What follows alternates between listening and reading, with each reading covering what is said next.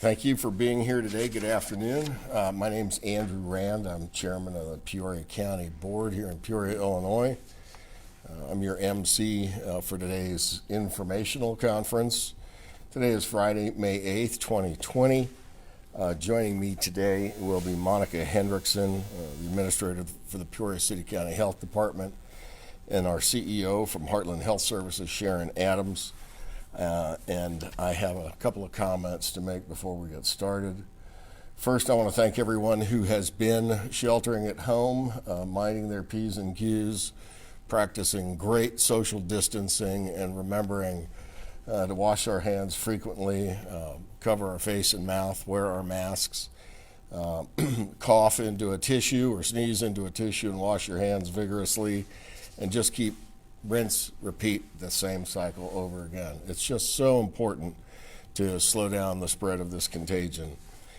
Next, I'd like to thank everyone who is involved here at the health department, the city, and the county who have led us through the last several weeks of drafting a plan of implementation of Reopen or Restore Illinois. I think you may be seeing some of that getting released in documents in the community.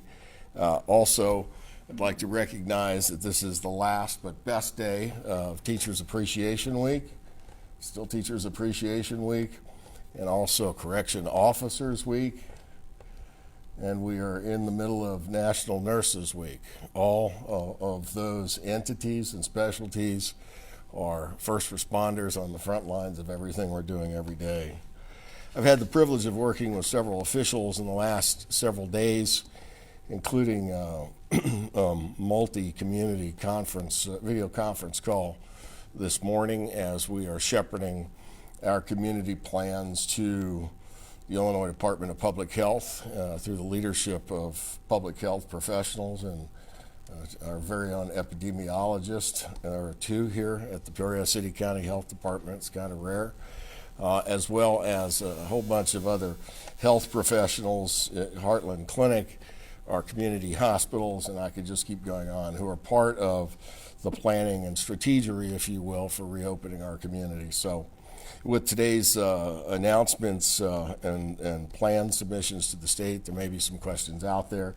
I want to bring up the lead for all of our efforts, Director Hendrickson. Monica.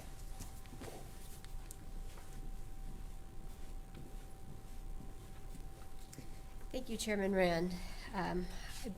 I begin today with our to-date totals for the Tri-County region. We hit another milestone today with our Tri-County region reaching over 200 cases.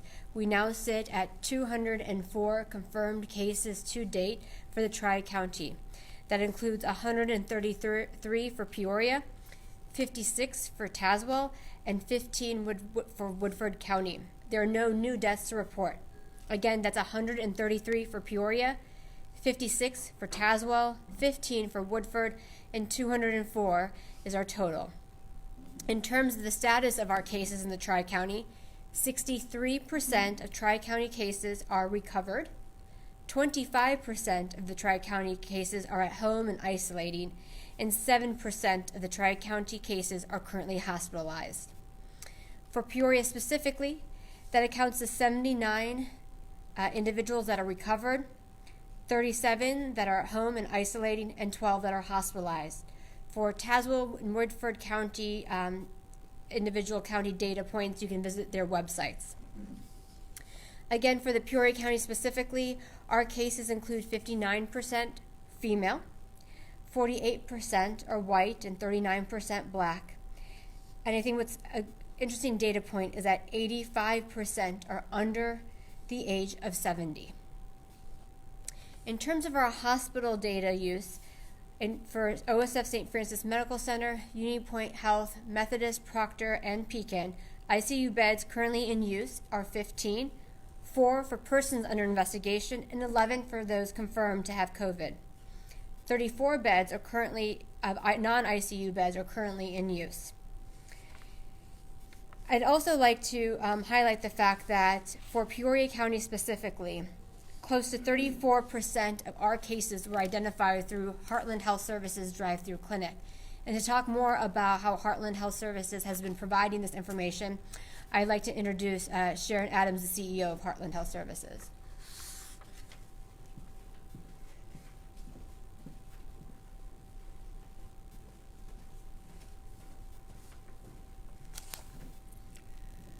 Thank you, Monica. Thank you, Chairman Rand. Both the Health Department and AMT have been great supporters of Heartland and great partners, so we appreciate them both very much. So just to recap a little bit, because we might have some new viewers out there, Heartland Health Services is a federally qualified health center. Next year, we will have been in the community for 30 years. We have 8 clinics, 6 in Peoria, 2 in Pekin, and we do primary care, specialty, behavioral health, medication-assisted therapy, and we also partner with OSF for a dental clinic.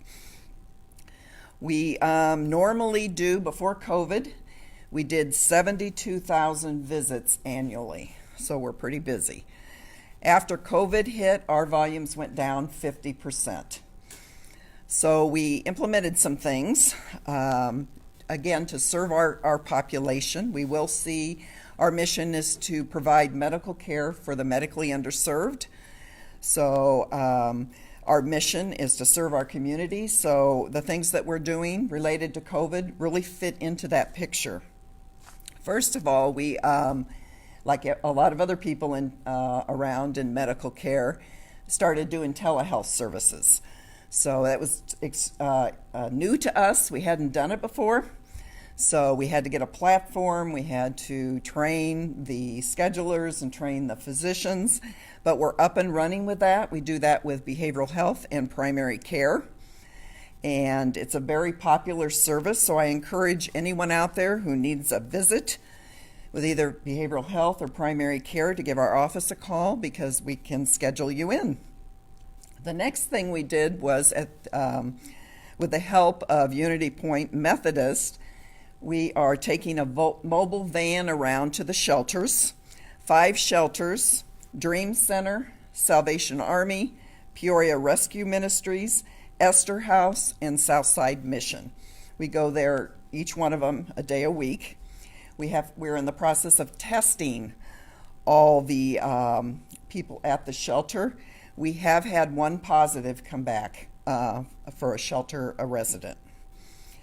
And then we're doing the collection sites. We have East Bluff, which is Monday through Friday, 9 to 4. And we have here at the Health Department, we're here on Saturday and Sunday, 10 to 2. We have been at Carver all during the week, but next week there is going to be a change in our schedule.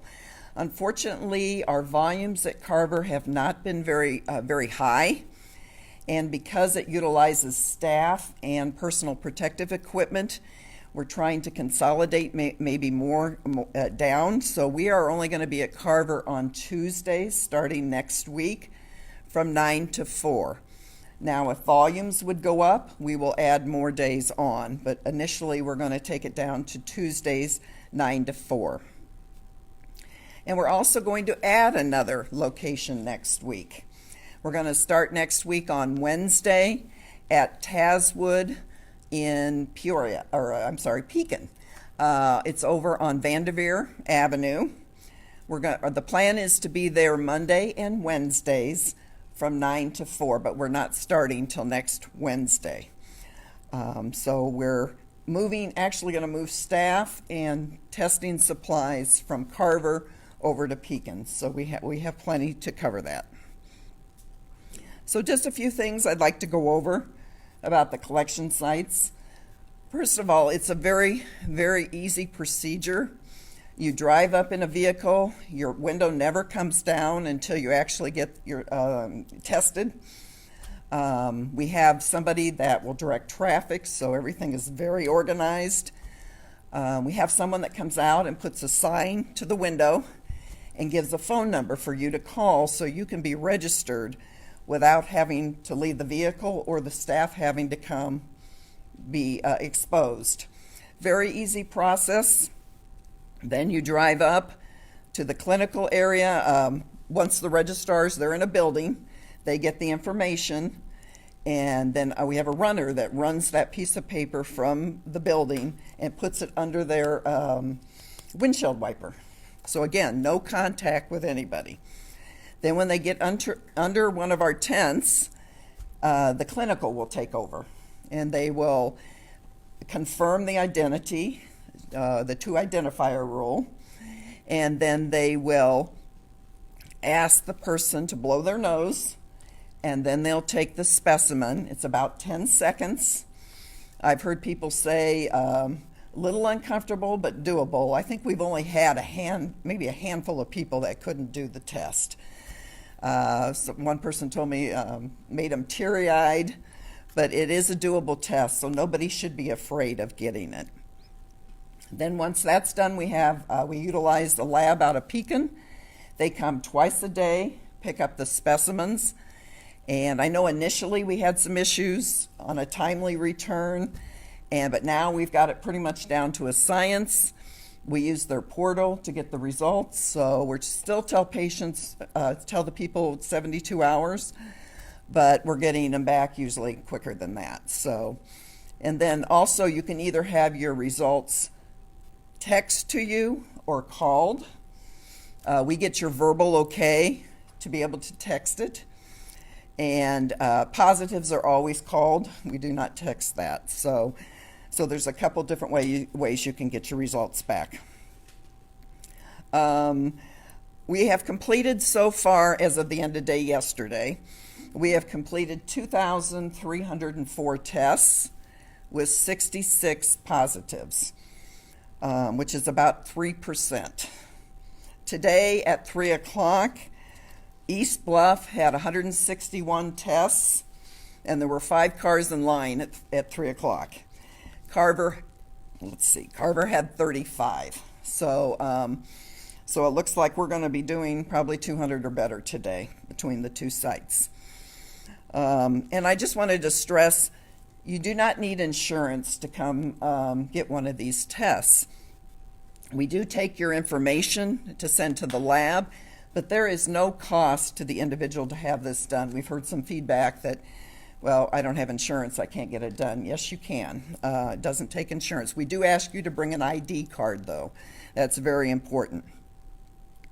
We're having statistics run right now. University of Illinois College of Medicine is helping us with that.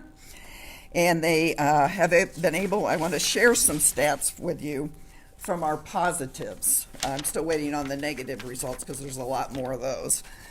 But just to let you know, out of our positives so far, 68% of them have been female, 32% have been male. Race, 40% have been African American, 2% have been Asian, 47% have been Caucasian, and 8% have been Hispanic. Zip codes, our highest zip code for positive test results is the 61604 zip code, followed by 61603, and then the third one is actually 61554, which I believe is Pekin. So, and this has been the interesting statistic. Dr. Stoner talked yesterday about testing everyone, whether you have symptoms or not, and this statistic kind of backs that up.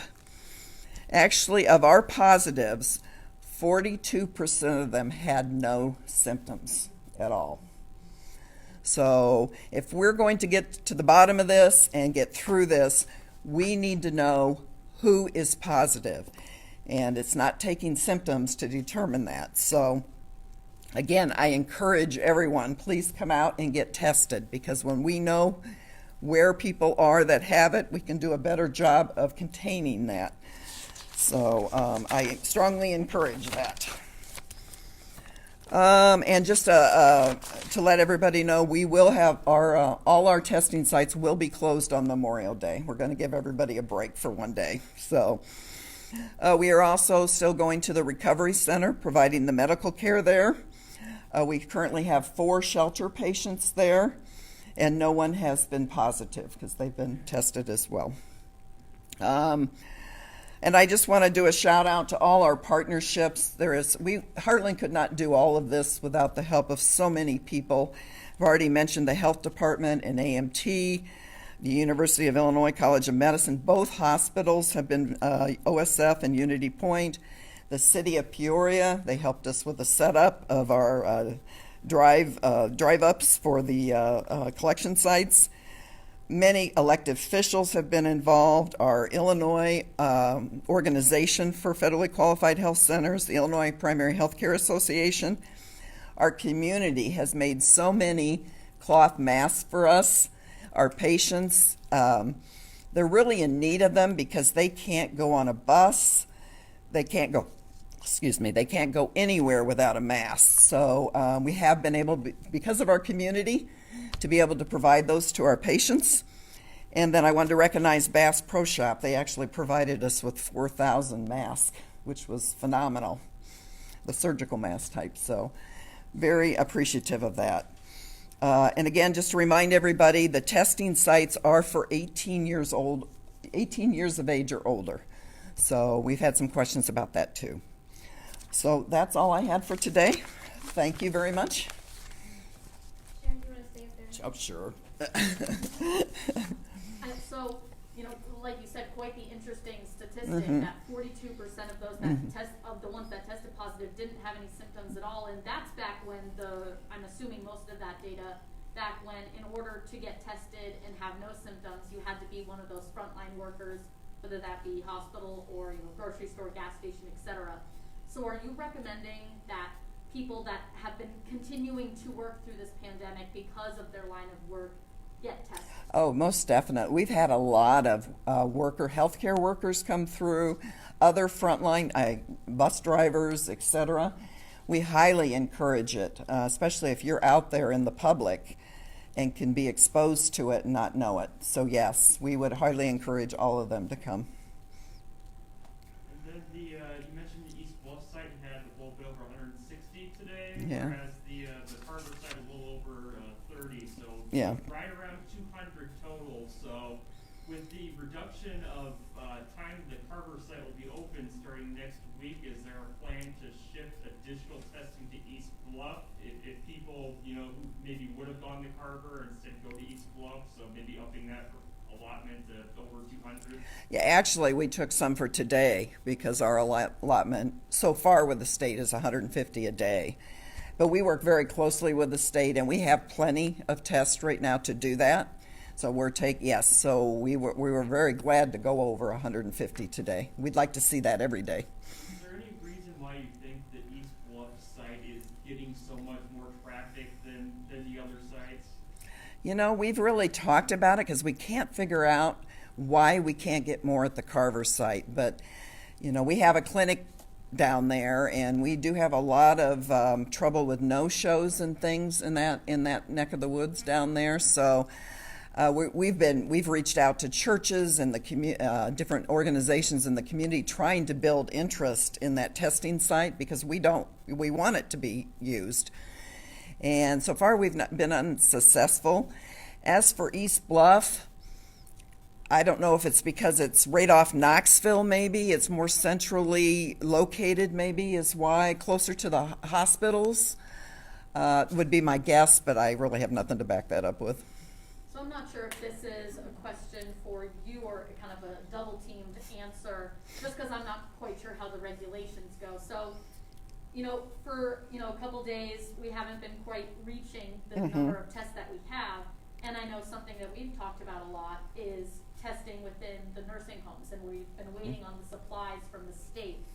Is there a reason why maybe the extra tests from the Heartland sites could not be used for that? Is it because you're the federal? If you could explain that. Sure. So this all came through the state working with the FQHCs to set up. We're all over the state doing this. So those are specifically for the FQHCs. So we've had a lot of people reach out. Can we have some? But they track our tests, so they know how many we're doing, and so we have to account for all of them. Sharon, you said this is going in Tazwood and Pekin. The site, is that a clinic there? What's Tazwood? Well, we do have a clinic. It's Tazwood Behavioral Health. It's on Vanderveer Avenue. And we do have a clinic in that building, a primary care and a medication-assisted therapy clinic on the side of that building.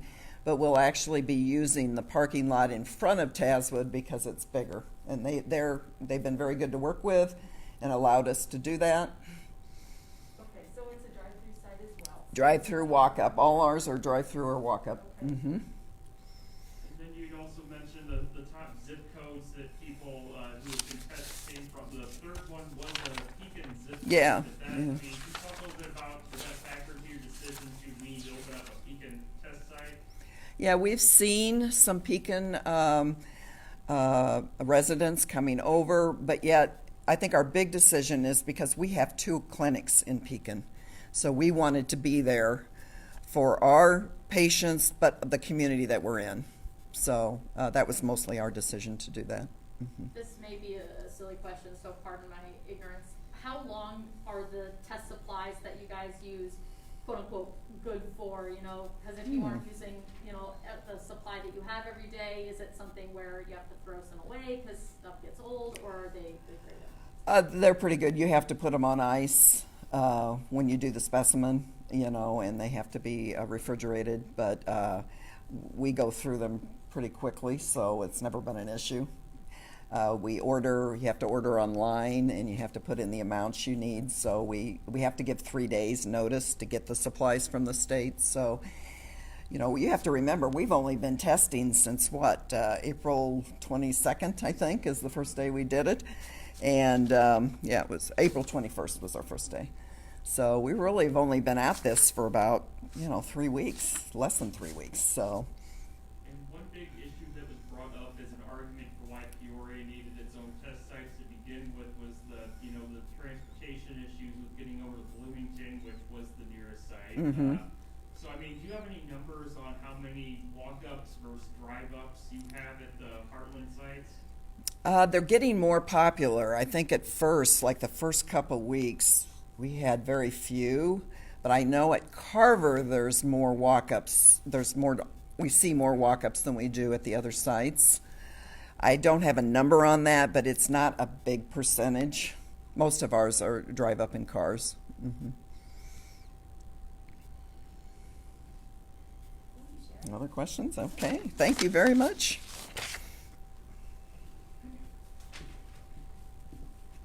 I'll open up to questions for myself or even for Chairman Rand. Yes, so a big announcement, lots of conversation coming from the Peoria County Board meeting last night about cuts that, could have to be made. The health department is, part of that conversation. I believe the number would be over $800,000. I guess if you could talk about discussions that have been going on in the health department about that. So the question is in regards to the county budget discussions about different cuts. And I think it's not just the health department. I think overall there's a percentage cut across the board. I think this is initial discussions. I think there is still more that needs to be vetted out and understood behind the other departments. And as well as local health department, one of our primary roles is going to be that contact tracing. And so, both the chairman of the county board, Chairman Rand, as well as chairman of the budget committee, Chairman Fennell, I think they have a full understanding of the role the health department plays and what it means, and recognizing there is going to be that balancing and further discussions that need to happen.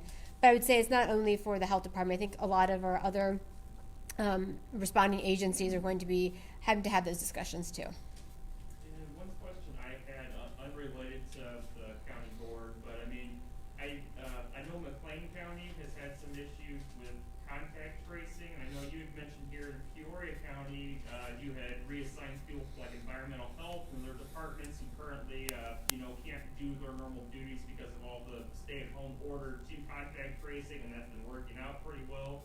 I guess my question is, looking ahead or planning ahead as things begin reopening, if, we do begin reopening on a wider scale here, moving to phase 3 on May 29th, where are the health department's plans to continue the level of contact tracing as maybe some of those employees have to go back to their normal duties due to reopening?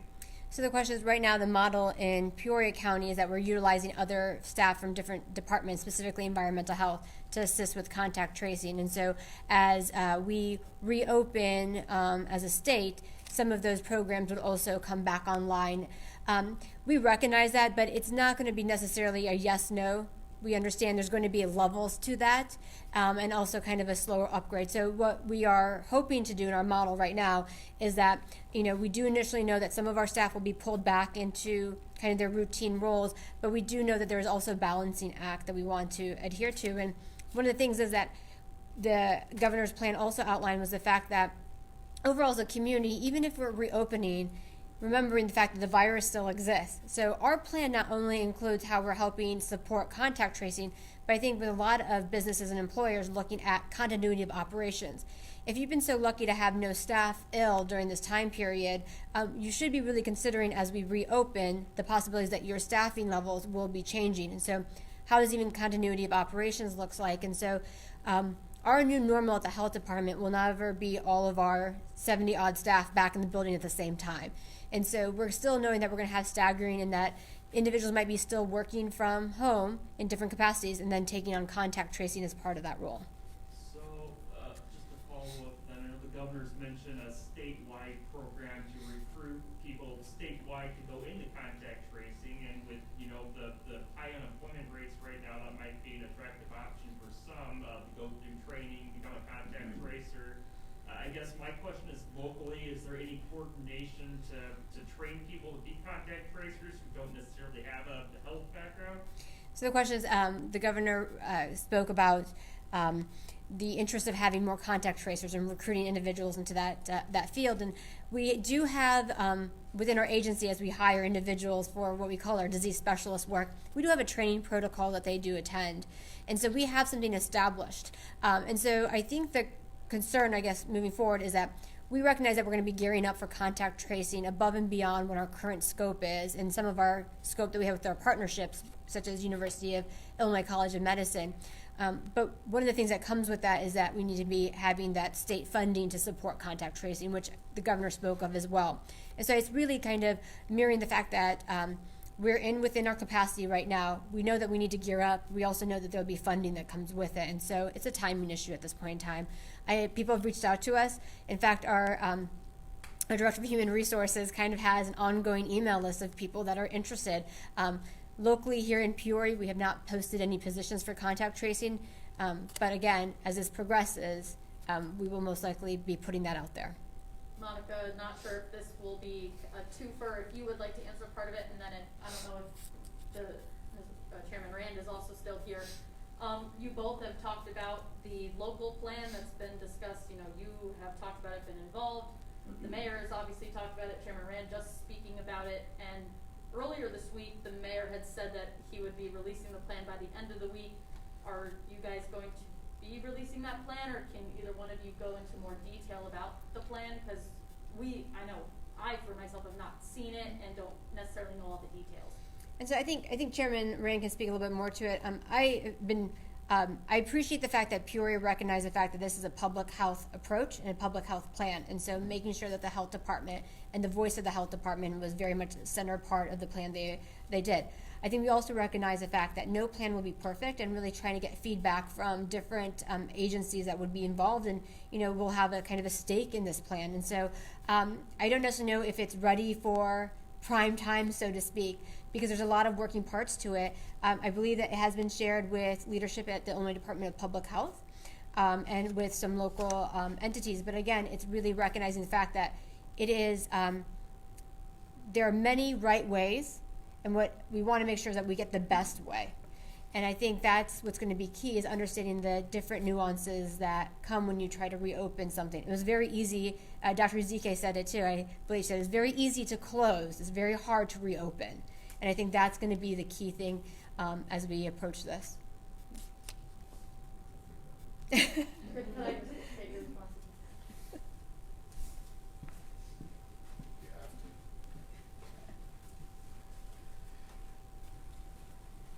Yes, what was your question? So you even just spoke about it in your intro today, talking about the plan for the Peoria area. That's a lot of entities involved, as Monica just said. Do you know when, we might be able to get a look at that plan and see some of the specifics that make it more health-driven as we've spoken about? The answer is yes. My sense would be Tuesday of next week. One of the important things that we're doing while we're seeking allies in other political jurisdictions to review and comment on the effort, because there's a lot of tactics and strategy and metrics. There's a lot of phases. There's a lot of understanding of how contact tracing gets done. It's a really complex subject, and since there are many, many different kinds of segments that it impacts, from lawnmower repair to the Civic Center, there's an awful lot of detail that has been vetted and has been presented now to the Department of Public Health for the first time, and then today the governor's office to review. And since it's sensitive in the way we are trying to build support for it, we're not prepared to let this draft be the first public expose of it. It'll be better by Tuesday of next week than it is right now.